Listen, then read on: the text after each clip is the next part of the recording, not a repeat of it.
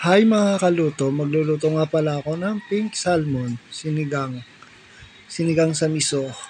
Ano, solid yan. Yan yung ingredients.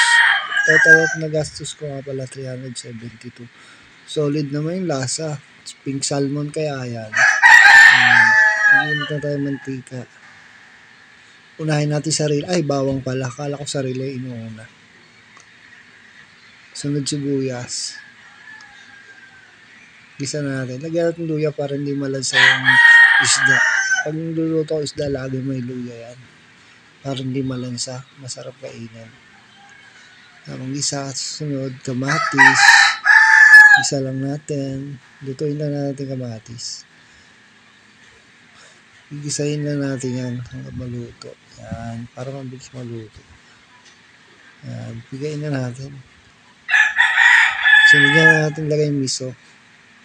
May kulay nga pala na bili kong miso. Walang may kulay eh.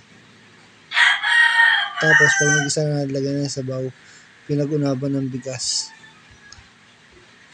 Yan, para malasa talaga. Sunod natin, pag kumulo na, lagyan na natin isda.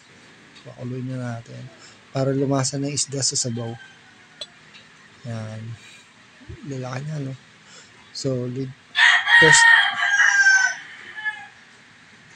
sunod, okra, sunod, chilling green, sabay na natin yan, lagay na natin yan, takpan natin, hintayin ang kumulo, timplahan muna natin, timplahan ng patis, agad yan, kumulo na, pwede na, tikpan, ang kulang, pag kumukulo na uli, titimplahan na natin yung sinigang mix-up sa miso, sinigang mix sa miso, solid yan, sinigang sa miso.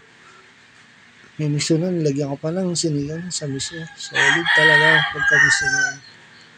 Ayan, hintay ko. Pag kumukulo na, lalagay ko na yung gulay dyan. Siyempre, next na natin lagay yung gulay. Mustasa. Nilagay ko na yung mustasa. Pagkakulo, pwede na yan. Luto na yan. Pag alam mo lang yung tsura, pwede na yan. Luto na yan. Naduro na yung ulo. Ayan, yung kapupud tripping ko, sinigang sa miso. Taste check na tayo. Tikman ko kung maasim. Lagay muna ako ng ulam sa sobrang asim, grabe. Solid yung pagkasigang ko. Yan. Taste check. Napakasarap, grabe. Isa pa. Taste check.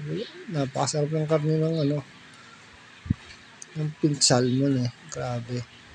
Solid. Ang init pa ng kanin ko. Napapasok pa ako. Yan. Solid. Yan. Salamat sa panonood video. Thank you. Salamat.